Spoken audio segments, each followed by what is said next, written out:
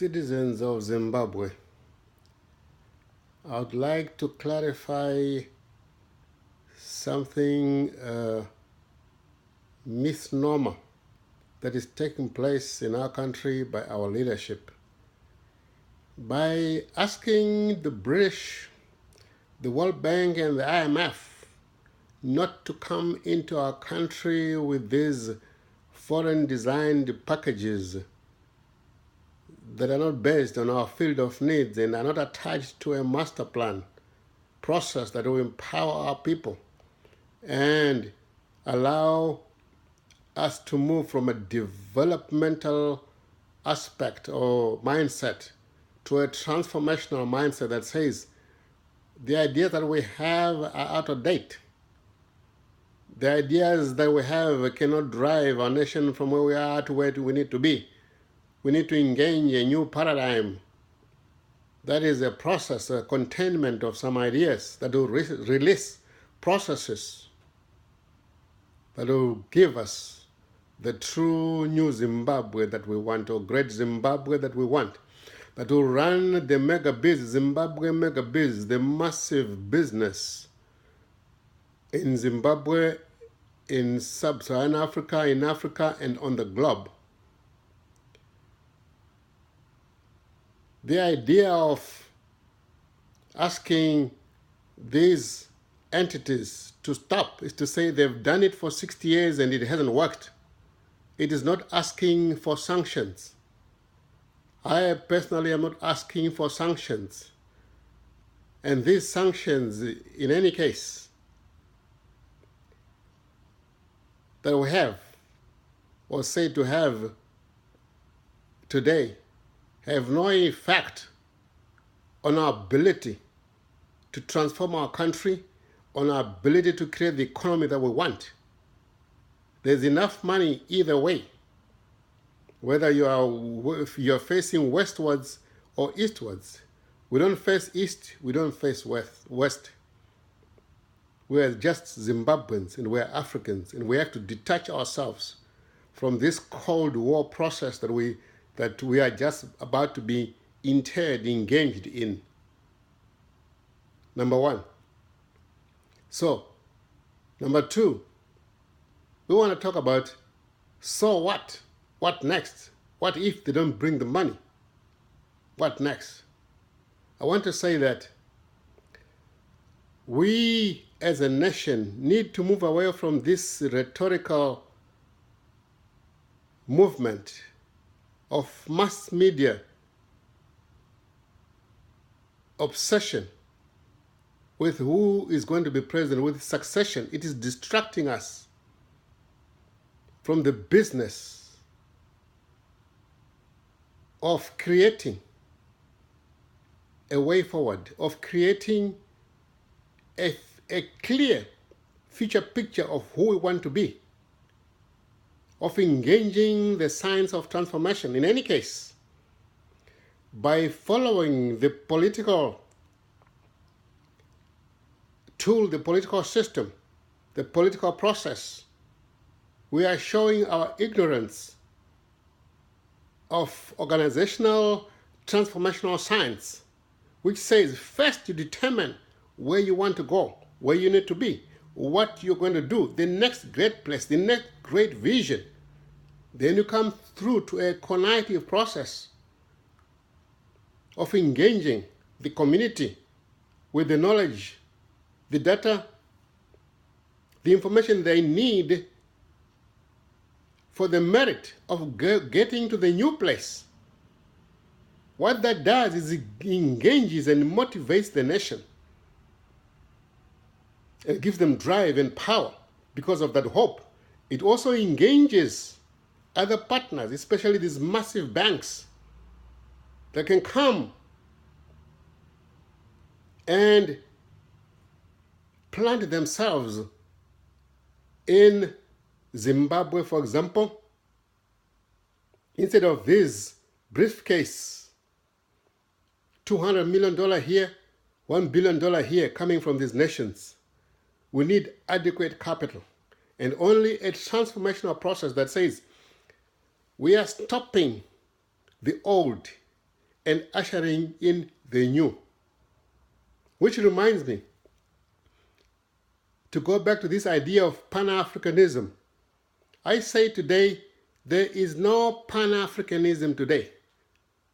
We don't have Pan-Africanists except maybe for the president of Rwanda. It may be a semblance of a philosophy that yearns for that.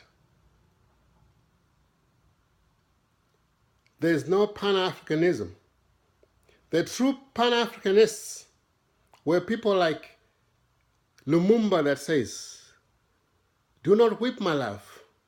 Africa will write its own history, and it will be to the north and to the south of the Sahara, a history of a glory and a dignity."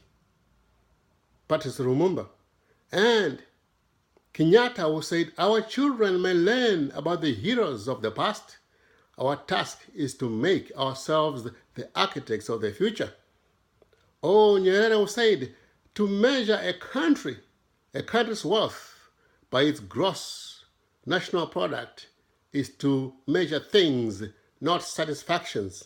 That's what these foreign economists and institutes are doing on us. And Kaunda who said, "Ambition never dies or never comes to an end." These are the true Pan-Africanists of the time that they had ideas, philosophical ideas, direction to move Africa ahead. And when they went, we don't have one single idea. We haven't heard from anyone that says, "This is it, Africa. They want to unite in 50 years. You know what can happen in 50 years? That's the way with Pan-Africanism. But what can we do? What do we need to do? I'm saying we need to launch the Zimbabwe Transformation Project. We need to have a template of a mindset that everybody that is progressive can look to and rally behind and create a leadership to achieve it, to make it work. It's a template, it's a tool that we can use to get us to the next great place where Zimbabwe can be a $300 to $400 billion nation. And that is the cake that these partners that we are saying, wait, don't rush, let us create a bigger pie. And by the time Zimbabwe is getting to a $300 to $400 billion GDP nation, the sub-Saharan countries that will move with us, 600 million people, will create a $30 trillion GDP market in the next 30 years. Because by that time, the population will probably be 800 million. That's where the power is. We can tell these people that we have this pie. Do you want to participate? Under African thought leadership processes and our conditions. Then, when we have that picture and that plan, that vision, then we create a partnership. Then we create the ethical system or code that we need. Then we can determine the kind of political system that we want. The idea that you're going to get power, and then what? Aren't you going to be like the other 50-something countries? If we go for the elections, I can tell you we have had 600 elections since Ghana. But Africa is still where it is. Is elections the answer? Why should we rush for these elections? Only the people or these political party leaders whose power is in, they can only get support if they are seen to gather momentum towards winning an election. Without that, they don't, because they've condescended themselves with the idea that they cannot find the capital. And without detaching themselves from the original colonial European system, an American, we cannot move ahead, which is not true. Africa is very rich. We have the money. We have tons. We have more money than we need. This idea that the United Nations and them are using, no nation has ever been turned around by the trillions of dollars that have fallen into Africa. $20 billion. Japan, even China started with $20 billion. I'm not saying that's what we need today in our country, but for Zimbabwe to start it, to kick it, but through a brand leadership, a strategically designed brand leadership process, Zimbabwe can be a very powerful leading industry in Africa with that $50 billion over maybe 5 to 8 years that will be employed to create massive industries. Plug and play, model map. It's doable, it's possible. We must move away from this political inertia and political focus and move on to what we need to do. That way we can create the energy and the power. Right now people are frustrated, people are despondent because they're not energized. But there's a science to transformation. I have a very interesting a template here that from this man called Novel Tichy. He has an interesting book called The Transformational Leader, and in there he talks about, he has a very interesting template that says, hey, we need to really realize that we need to operate at this new global playing field and engage these triggers for change. Number one, there has to be a recognizing the need for revitalization. Our people in the ZANU-PF, the president, don't realize that we need to revitalize ourselves. And in that, there are organizational dynamics that say there's need for transformation, there's felt need for change. That is a thread that runs through the whole nation, the whole leadership, and it's not happening. And then there's this, to overcome the resistance to change, only we can do that as a united people. And then avoiding the quick fix, the asset. It doesn't engage the 4 million people that are outside of the country. It doesn't engage a budget that is commensurate or proportional to the charter and the scope of work that needs to be done. Its growth rate would not even get the country to 10-year levels of growth, 10 years back levels of growth. It's a good effort, but it's a quick fix. And then on the personal level, we need to really, there's the individual dynamics that says we need to disengage from the past. Our people are thinking that these political leaders, revolutionary leaders, are the people, are the ones, are the solution, are the fatherhood of our country, of the revolution. There needs to be this detachment from the political revolutionary process into a new economic, social, political process that is sustainable and green. We are moving towards a green. We need merchants of vision. Today, people that have the desire in their heart, their minds aligned to moving the nation ahead.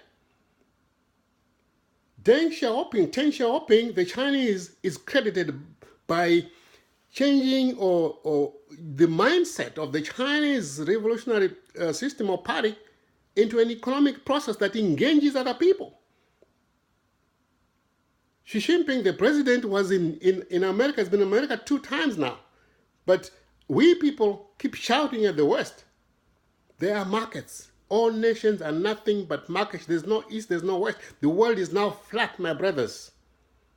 So the next thing, the Act 1, is to recognizing the need for revitalization as a nation, away from this divided, contradictory, two-party democratic system. We need to come up with ideas that drive us, not get stuck to these boundaries, like Kagame said, that were established and lines that were drawn decades ago. And then the next thing is we need to create a new vision. It's imperative. There's no other way. Doesn't matter how smart or how big, how powerful, how intelligent, how educated you can think. We need a vision, a motivating vision, and mobilize the commitment towards it, a national commitment toward that vision.